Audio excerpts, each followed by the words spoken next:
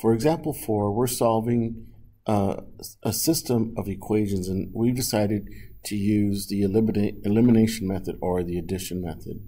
So we have 2x minus y is equal to negative 6, and we have negative x plus 4y is equal to 17.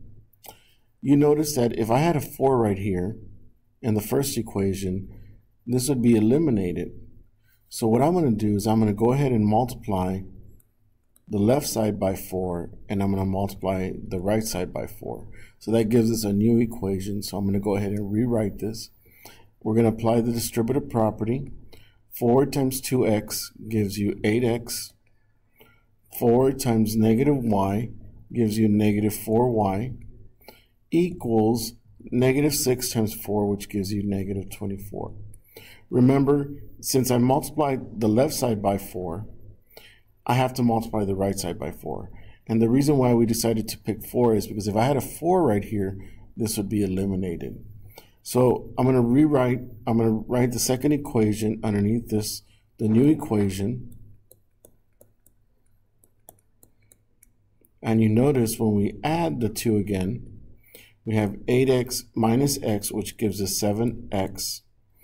These two will become 0, and this would equal to negative 7.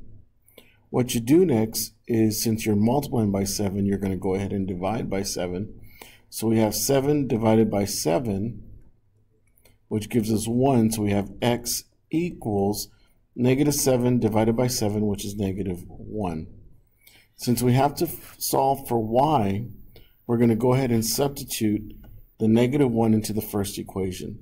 So we have 2 times negative 1 minus y is equal to negative 6.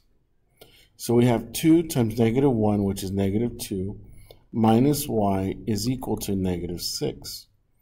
You add 2 to both sides.